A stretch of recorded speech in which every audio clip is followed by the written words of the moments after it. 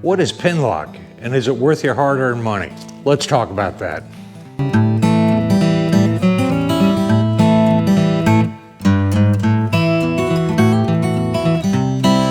Good moto morning. Welcome to another episode of Kraken's Garage. I'm your host, Eric, and today we're going to discuss Pinlock. What is it? What does it cost? What does it do? How does it work? And is it worth your hard-earned money?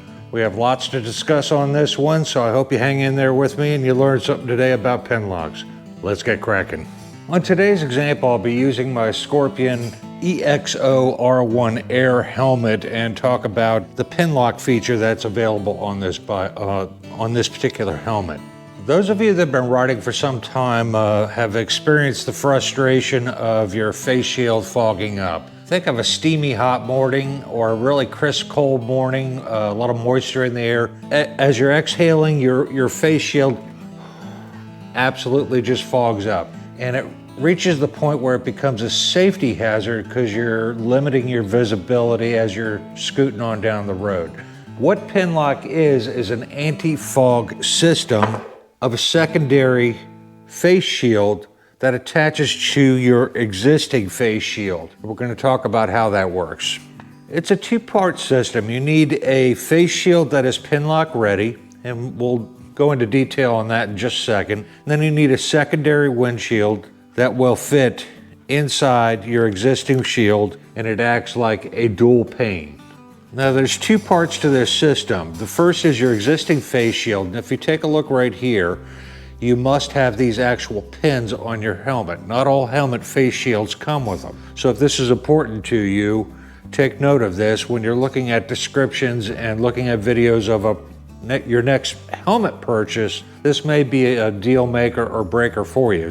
And the second part is, this has a protective film coating on it. That's why it's tinted yellow, and we're gonna leave that on for now, and I'll explain why. You need the secondary Pinlock shield, and you can see their logo right here. And this one's designed specifically for my Scorpion EXO R1 helmet.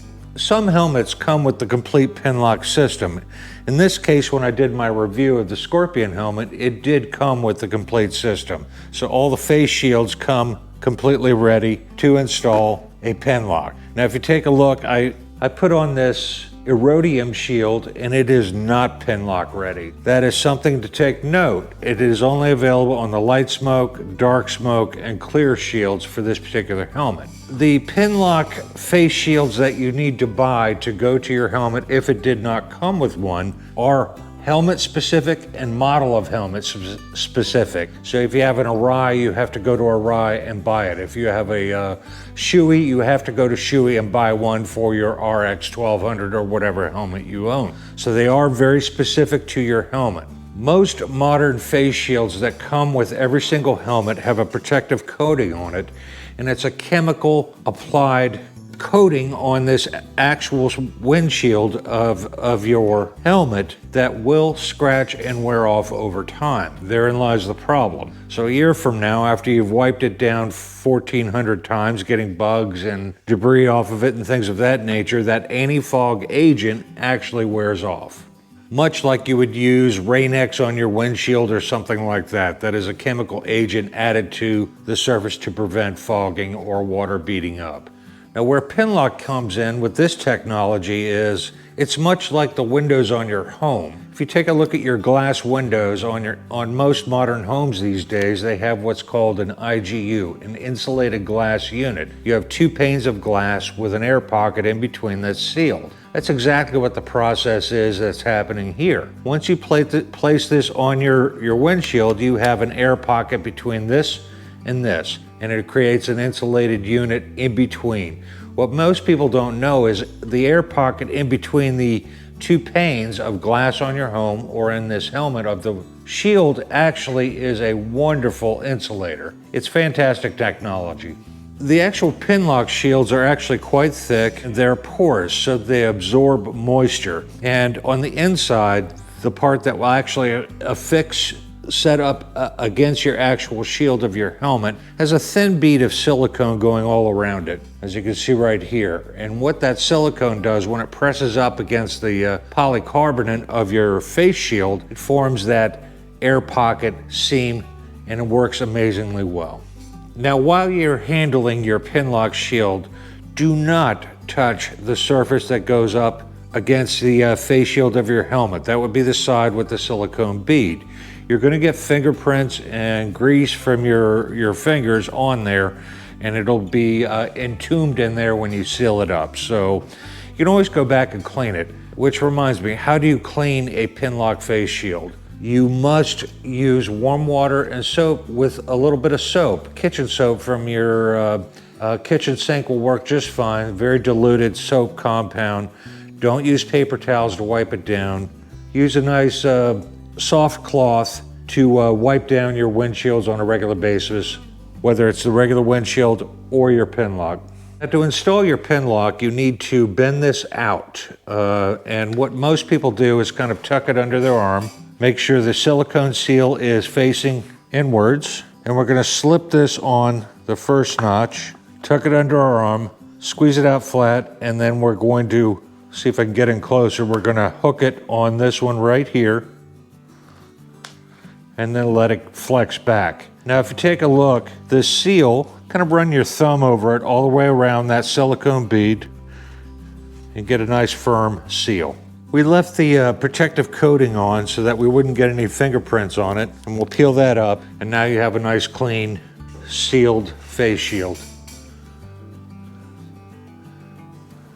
Pinlock shields typically run and cost anywhere from $30 to $50. If you're going to order one for your Arai or Shui, you're going to be north of $50 US. If you're buying one for your Scorpion or HJC, it's going to be on the lower end, around $30. Something to think about. Now, if your helmet didn't come prepped with these Pinlock tabs already on your face shield, you need to factor in the expense of a new face shield. Now, the clear face shields normally run in the $50 price range. If you're putting it on a tinted or erodium Pinlock prepped face shield, that's going to run you another $50 to $100. If your helmet didn't come ready for out of the box for Pinlock, it could cost you north of $100 to set it up for Pinlock. And therein lies the problem. Is the juice worth the squeeze? Is it worth the extra $100 when you only spent $340 on the helmet? You're looking at pretty darn near a third of the cost of the helmet just to add this technology to your helmet. Something to think about. Now, with this Pinlock face shield installed, it doesn't fog up at all. That insulating air pocket in between the two face shields is amazing.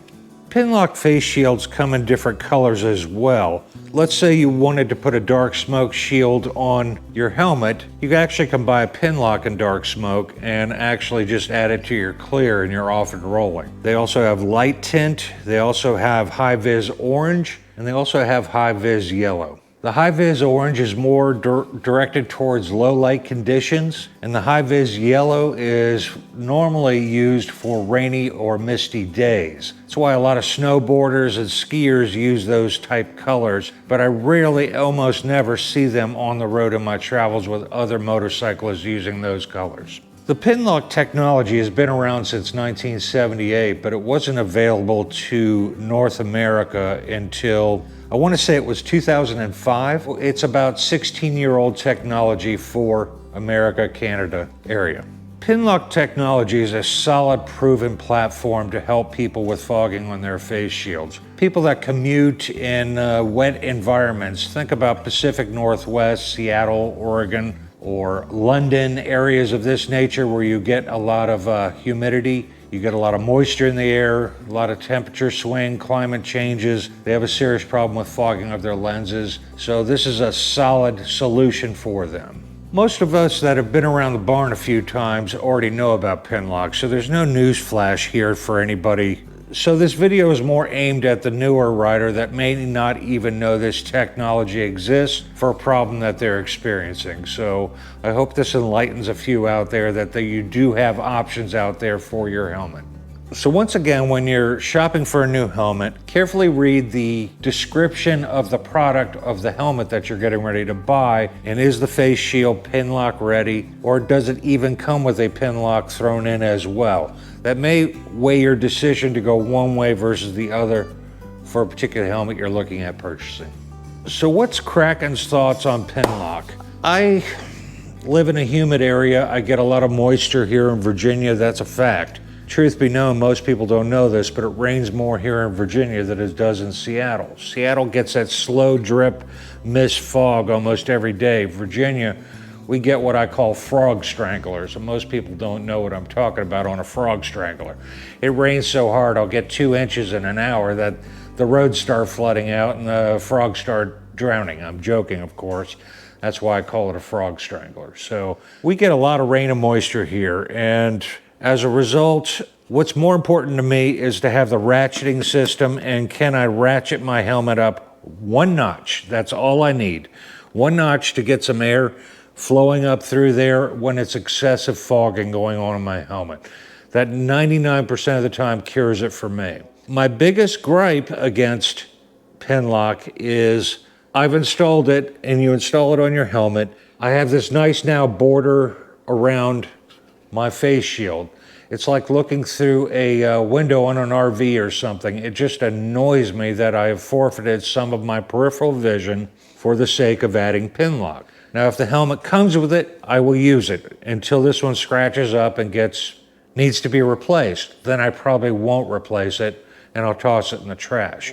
For me, it's a 50-50 love-hate relationship. For one gain, I gain some. On the other end, I lose a little bit of my peripheral vision. So that for me, and everybody's different, so don't take me for gospel on that, but those are my thoughts on it. If I lived in a situation where I had to have it because the fogging was that bad, then that's a no-brainer. I hope that answers your question. In closing, don't forget you have until October 8th if you would like to win a Kraken hat like I'm wearing. I'll post a description or a link to the video right up here and right down below if you would like to win that. Be sure to look at that video, watch it, subscribe to my channel, and comment on that video to get yourself a chance to win some Kraken merch. And to all my end watchers, today's shout out goes to Adventure Tomic. This gentleman has 390 subscriptions to his YouTube channel, and he has a whopping 118 videos.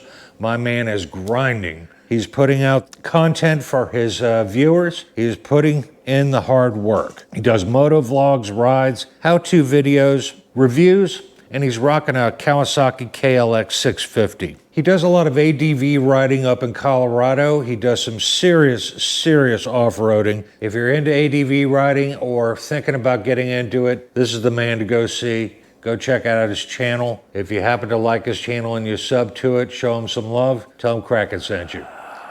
And there's my ghost dog telling me to wrap up this video.